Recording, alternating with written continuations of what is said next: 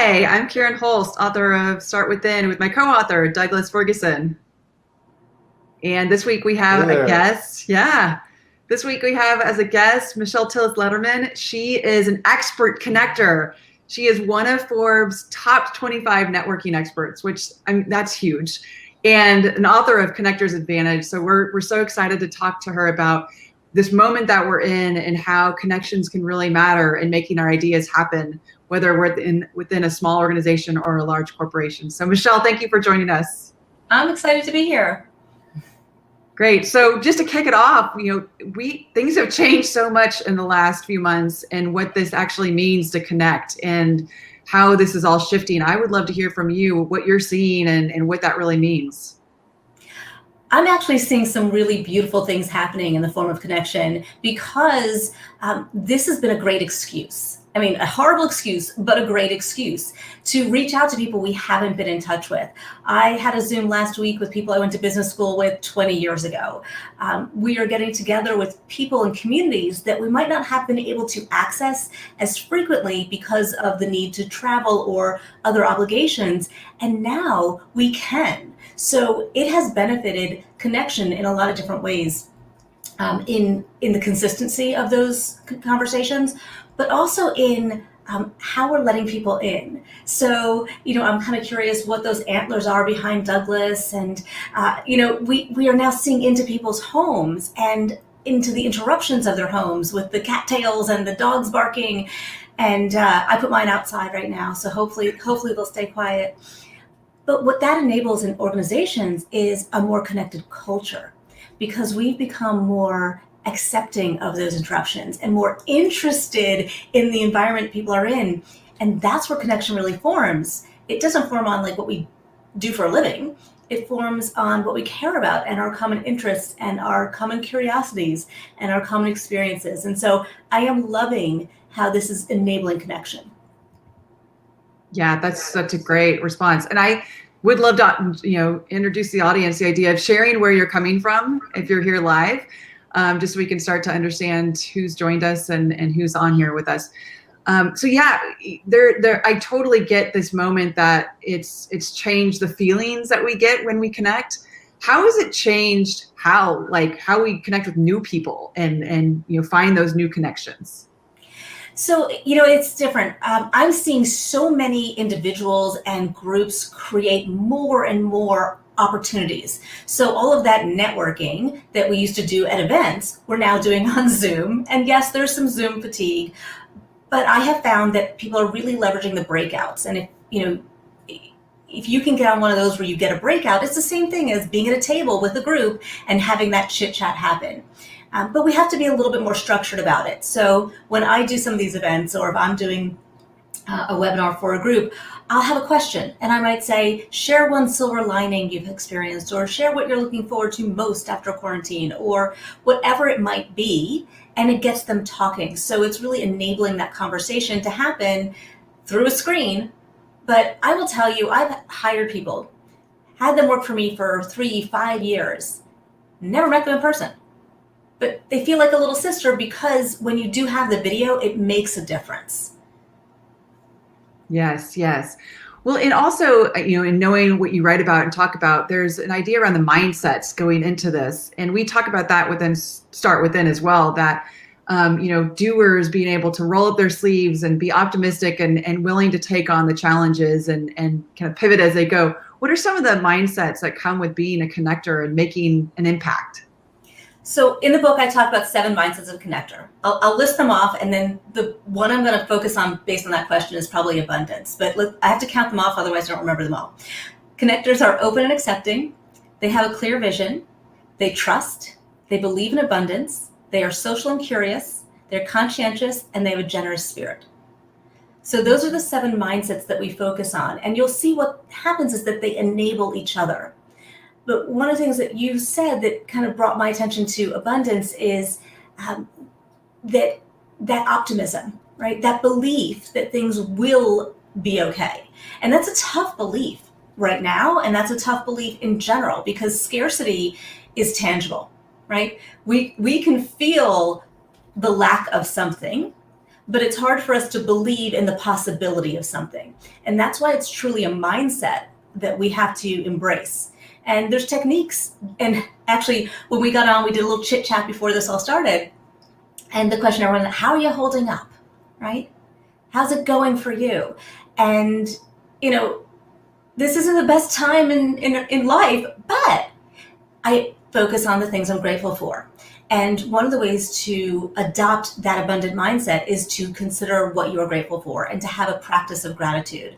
And so I constantly remind myself of all I have to be grateful for, rather than focusing on all the things like the fact that I was supposed to leave for Africa tomorrow. But hey, I'm healthy. Hey, I can close my door and hide from my children.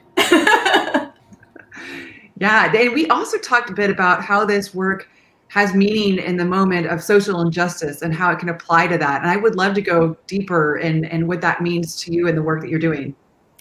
It's so interesting. I have a chapter, a whole section of the book called How to Be an Inclusive Connector. And, this book has been out for over a year. So this is just something that is in the mindset of being a connector is to connect to different types of people with different backgrounds, different mindsets, different education, all those differences that can be out there, because that broadens our thinking and it broadens our access. And so I talk about how we can do that, but it also brought me all the way back to the beginning of the book, where the first mindset I focus on is being open and accepting. And I pose 4 questions that we can ask ourselves in that moment of judgment, because that's what we do. And I'm not criticizing it. It is a natural human instinct to form conclusions. And it's part of the fact that we are an advanced species with really fast working brains. And in order to stay open and accepting, what we have to do is slow our thinking down. We have to move from the unconscious conclusions to conscious conclusions. And we have to stay in a place of curiosity.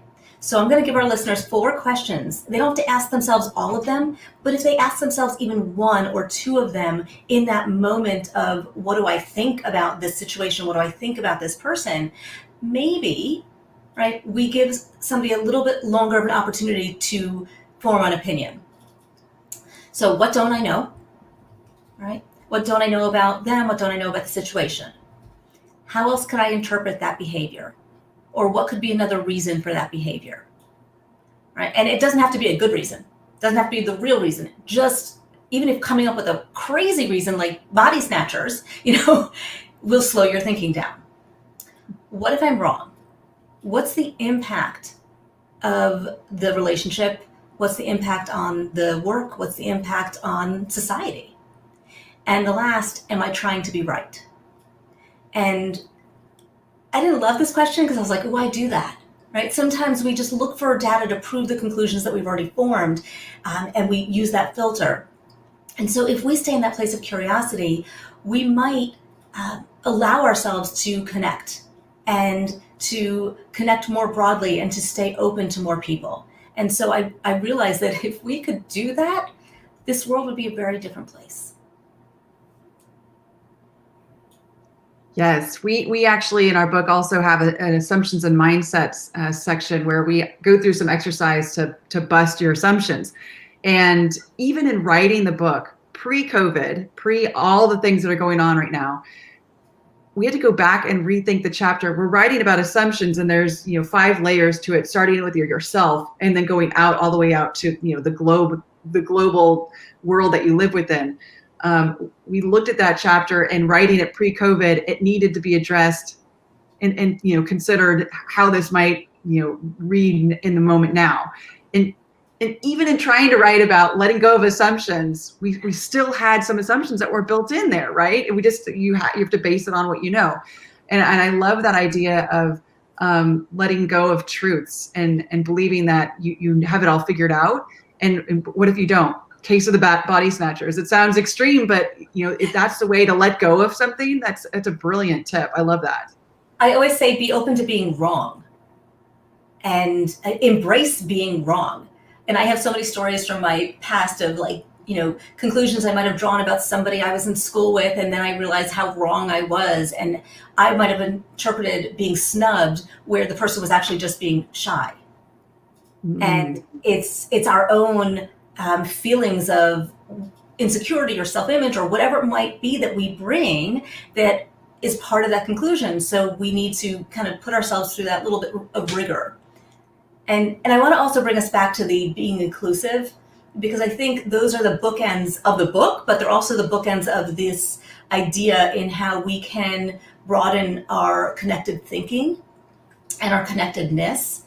And one of the things that we tend to do is we call out and we focus on differences, because differences can tend to be obvious.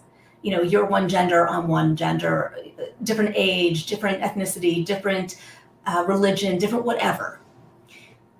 But instead of focusing and seeing and stating the obvious differences, I want you to call out the similarities. I want you to be like on a scavenger hunt and look for and be on a mission in a conversation to find what we have in common, because there is always commonality. But the commonalities of the shared experiences or the shared values or the shared interests or the shared causes, they're not visible. And you have to look for them. And then you have to highlight them. And that really can create a feeling of inclusivity and connectedness. I really love that idea of, it's really like being less divisive or less negative. And it reminds me of positive deviance, which is an awesome practice of, concentrating on what works rather than what doesn't work. And let's just do more of that so that we can get more goodness. And so this notion of like what brings us together, where are our shared values, what do we have in common? It's like awesome practice. I love it. How have you seen that manifest, or like, are there any good tactics? Like, because it's great to think about some concrete ways that people can adopt it. So when we are back in physical spaces, one of the simple things you can do is when you are at an event, look for the person who seems the most uncomfortable, the most out of place, and go introduce yourself and start a conversation. I used to have a rule of whenever I went to an event, I could sit next to one person I knew, but the other side had to be somebody I didn't know, and to make an effort to talk to that person. And to make sure you were sitting on, don't go in the seat. There's no one around you, Put yourself right there in the middle. Those are little things that you can do there. But when you are in these groups and you're on Zoom, one of the things that I think is fabulous, and I've seen it happening a lot, is you're taking down names and you're connecting them on LinkedIn and saying, oh, I saw you in that group. We didn't get a chance to be in a breakout together. Let's chat next time, or get a conversation going. So we can do those things with the people that we might not have naturally connected with. Mm-hmm. But something else that you said kind of resonated for me, which is, I think you called it positive deviance or something like that. Yeah. One of the things I'm always talking about is language. And when we choose language, stop doing this and don't. It's really hard to not do something. Instead, I want you to think about how can you frame a suggestion in what they can do versus what they can't. Mm-hmm. Because that's action I can take versus action I need to suppress. And people, you told me up front, my listeners are doers, right? So if I'm telling people don't do something, it's against the grain of everybody who's listening right now.